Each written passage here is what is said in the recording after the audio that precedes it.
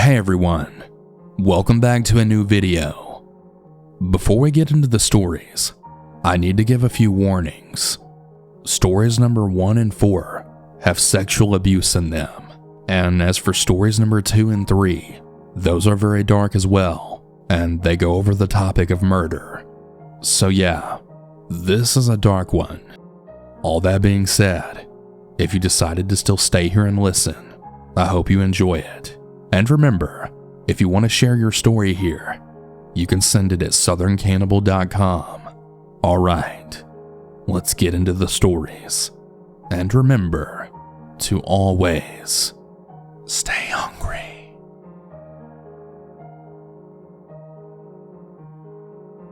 As a part of my healing, I've been sharing this story here and there with close friends and family. The purpose behind this story is for parents to remain cautious of the people they allow into their child's lives, and to always remain cognizant of the behaviors of their children around these individuals. Now on to the story. My dad's brother, let's call him Jay, has always been the most ignorant, horrible human being. He's a fucking drunk bastard who cheated on his wife and would beat her in front of his kids, my cousins. Thus, the wife left him with the kids and moved to a small town in Texas and worked with a friend. The creepy uncle then relocated from California to Texas, and my dad took him under his wings to help change his life. However, little did my parents know that he was a low-life pervert and literally needs to rot in hell. Slowly after he moved in, my family tried helping him get rid of his drinking habit, and even tried putting him in a hospital to help with his addiction. But as the saying goes, you can lead a horse to water, but you can't make him drink it. He refused all help. Within a few months, Jay's wife had made contact with my dad because our family had been trying to contact her and see if she needed help. Long story short, Jay and his wife decided to give their marriage a chance, and so she moved near where we lived with her kids. One day, I went over to their house to play with my cousin Dara. Jay had brought candy for us, and when he gave me candy, he kissed me on the cheek. As an 8-year-old child, I didn't think much of it. Slowly though, as the year progressed, the fucking pervert started getting more daring, and things started escalating, and the inappropriate touching began. Thankfully, my parents always talked to me about inappropriate touching, so I was able to learn right away. As I became older, I realized what he was doing was wrong. At 9 years old, he had pinned me down in my room and forced kissed me on my lips. I told my best friend, and she encouraged me to tell my mom. I was honestly afraid because he threatened to kill me, but I trusted my friend, and I then told my mom everything. To say that my parents were livid, well, it's an understatement. I really don't want to go into detail here of all the stuff he did, but my parents didn't call the police, which as a mom myself I would have. However, I have never seen that fucker again. In fact, we cut all contact with that family, so I haven't seen my cousin's aunt or the creep since, because his wife also did some shady stuff.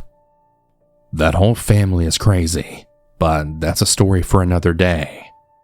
However, the purpose of this story is simple for parents. Please be aware of the people you trust in your child's life.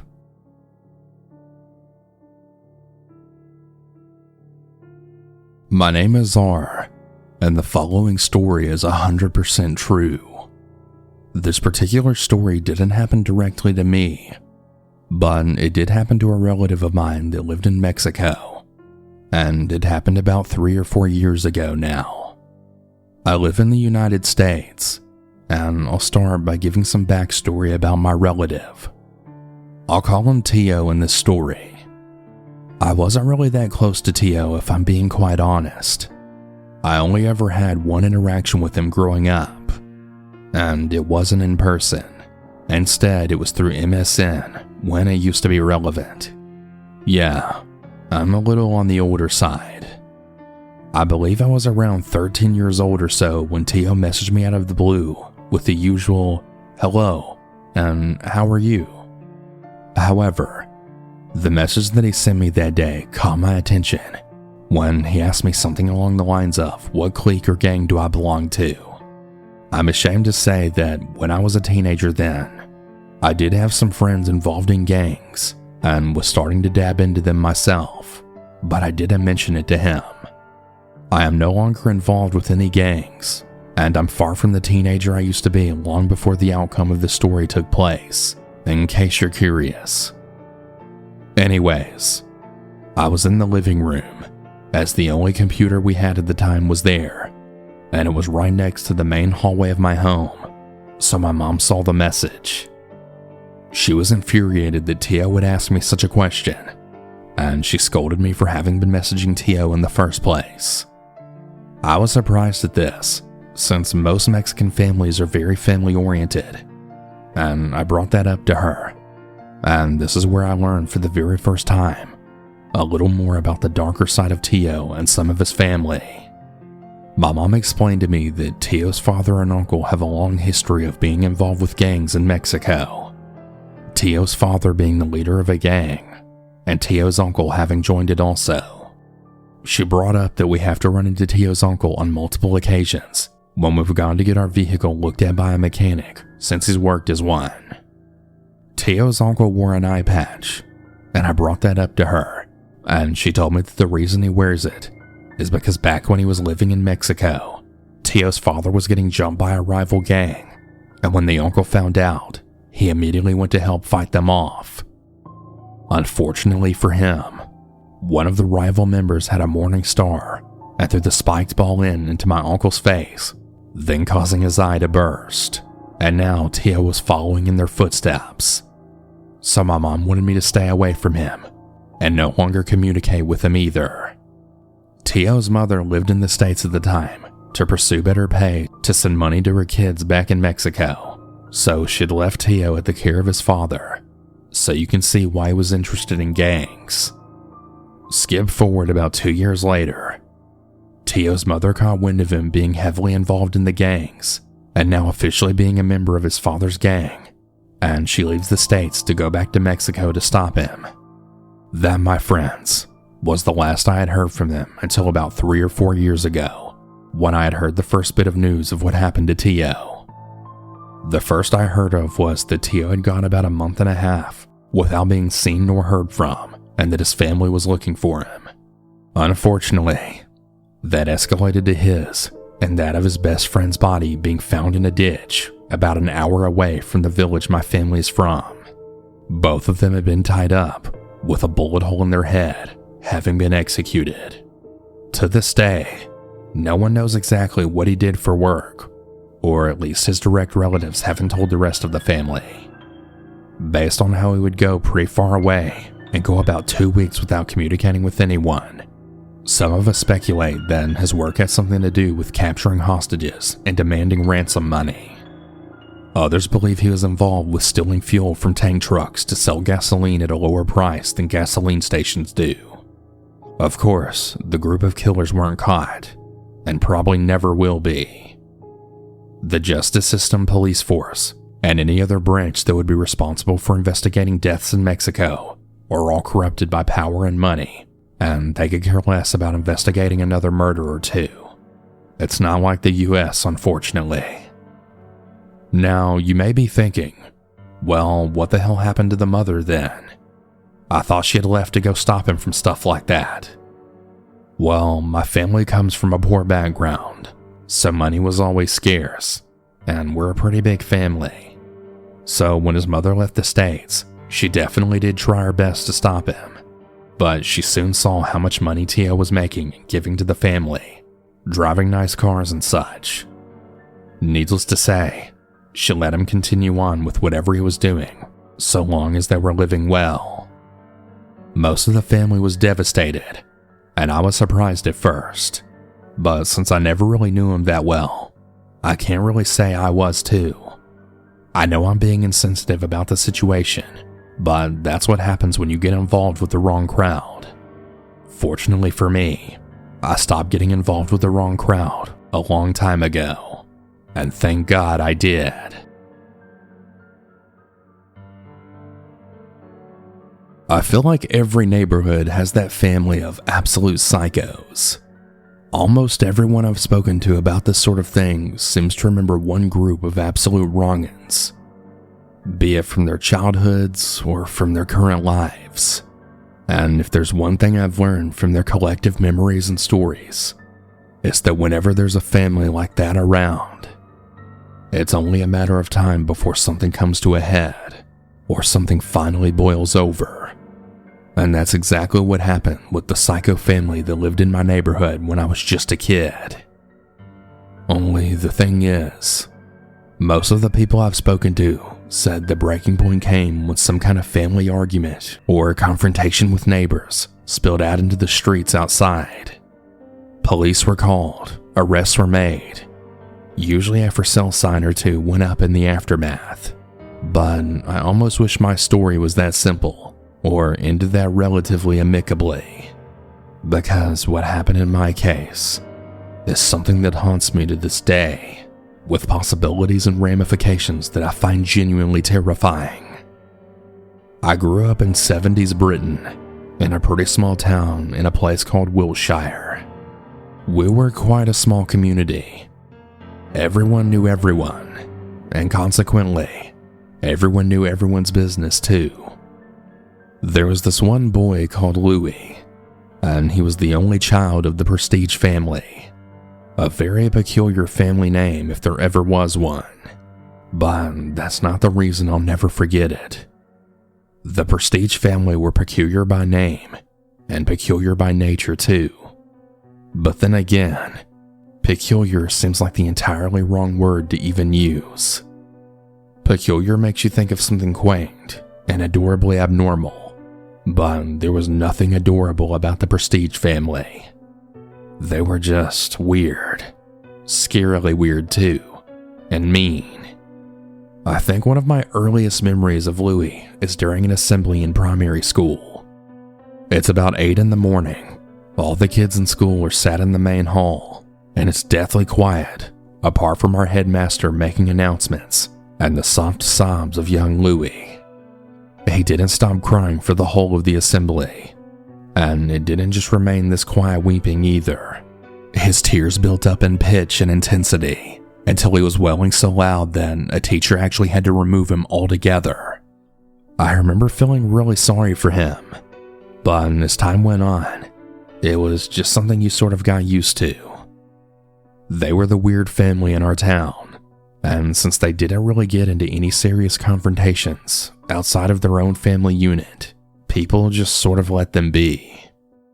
The next serious incident I remember was years later in secondary school, when the schoolyard suddenly became a buzz with people gossiping over something. People were crowded around the school gates looking at something, some of them laughing, some of them just gawping at the sight of a lad dressed entirely in a school uniform, except for one crucial piece of it: his trousers. And it turned out to be Louis. From what I heard, he had been basically pushed out of a car by who we assumed to be his dad, and rumors went flying around that Louis hadn't been quite ready to leave the house when his dad was ready to take him to school that morning, and instead of waiting for him to put his trousers on, Louis's dad just dragged him to the car and had taken him to school with no pants on to basically teach him a lesson to be ready on time.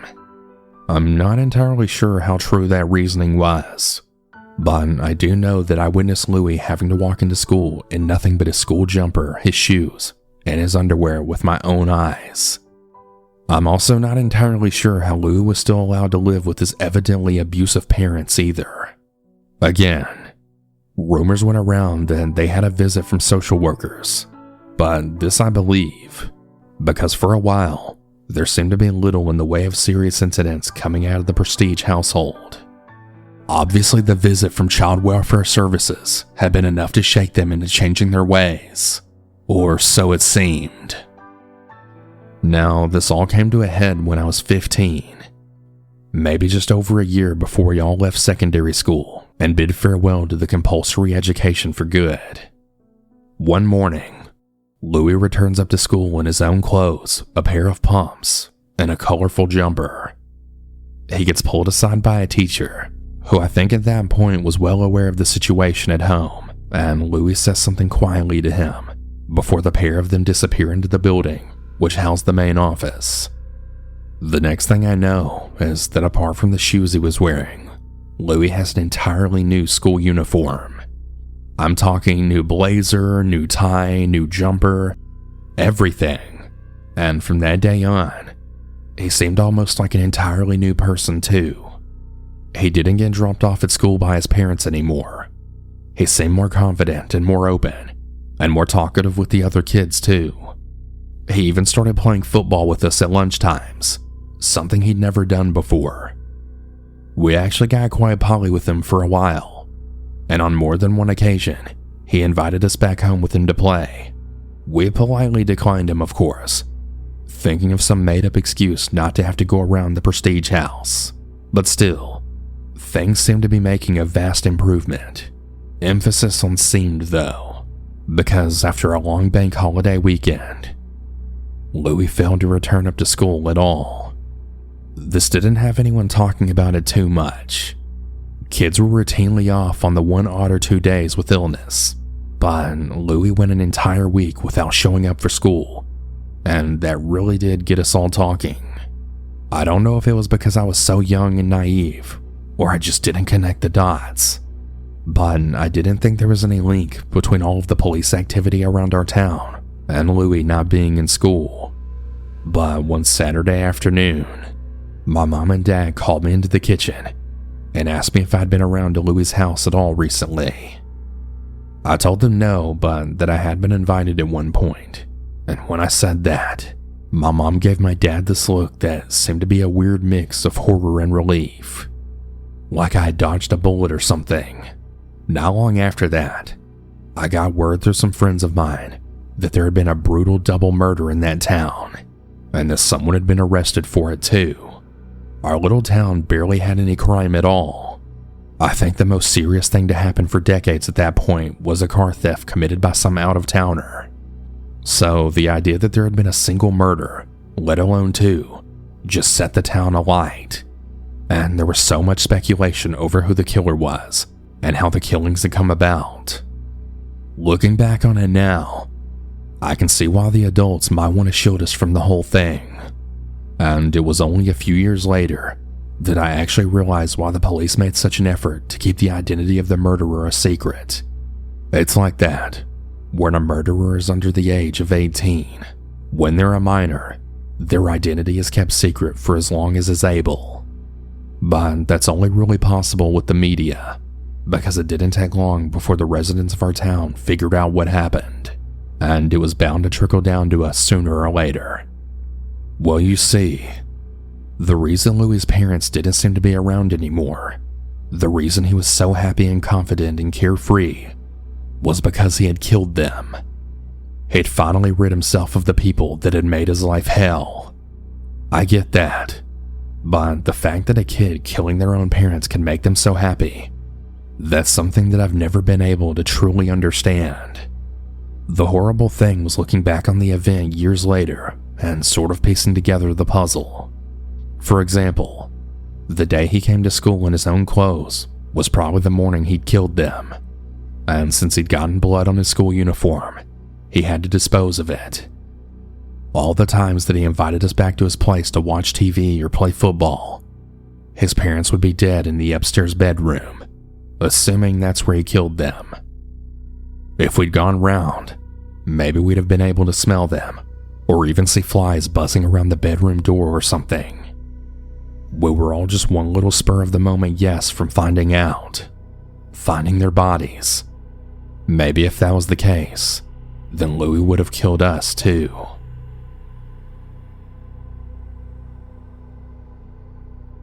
My name is Tatiana, and my story takes place during my freshman year of high school while I was on winter break. Before I begin my story, let me clarify my living situation. When I was young, my mother and father separated, so my father moved in with his parents, and years later my mother passed away when I was around the age of 6 and my little brother was 4. This caused me to move in with my grandparents and father. Anyways, Fast forward to December 2017. So my aunt and uncle and 2 younger cousins live in another state, and every year they visit my grandma during the summer vacation and Christmas. My uncle only visits in the winter, however, because we don't have the best AC. Anyways, the trip started out normal, and we were all pretty excited to see each other again, and the same goes on for a few days. Then, about the 4th day, I got a weird vibe from my uncle when my older cousin told me that my uncle went up to her, then said, "You're looking hot today, babe." Not pretty, not beautiful, hot. She told me that she felt sort of uncomfortable around him, but I thought maybe she was just exaggerating. I later believed her when it was just me and my uncle home alone while I was sitting in the living room on my phone, when he then laid his arm on my shoulder, sort of pushing it down, leaned in, and whispered in my ear, "You look very beautiful today." That statement alone didn't bother me. It was just the way he expressed it, and it made me realize that what my cousin had told me was true. For the rest of the week, I didn't want to be alone around him anymore, and I always tried to have someone else in the room, but he would still do little things like grab my shoulders or touch me in areas near my chest, even with others around. I sometimes felt afraid to fall asleep with him in the room, because he, my grandmother, and I were sleeping downstairs together while all of the others took the upstairs. Anyways, one day I was upstairs in my room collecting my little cousin's pajamas because I would help take care of them while they were over. My uncle came into the room to thank me for helping out. I wasn't bothered by this until he slid a $5 bill up my sleeve and accidentally touched my boob and just walked away. I felt disgusted, but at the same time, I was able to laugh it off, telling myself that he acted like I was a stripper by putting money in my clothes. That aside, I was still disturbed. The last incident I recall occurred when my grandma, aunt, uncle, and cousins were all in the room. I was opening a kitchen drawer, and he was trying to move past me. He could have excused himself so that I would let him through, but instead, he grabbed me by the hips and thrust it into me from behind, stayed there for a good 10 seconds, and then just said, "Excuse me, babe." The day they left could not have come sooner. We said our goodbyes, I got an uncomfortable hug from my uncle, and they were off. It's currently the end of August, and I start school soon, which before I know it, my cousin and I will have to get through another visit with him. If he's willing to do all that, I'm really afraid to know what else he's capable of, or having to find out the hard way.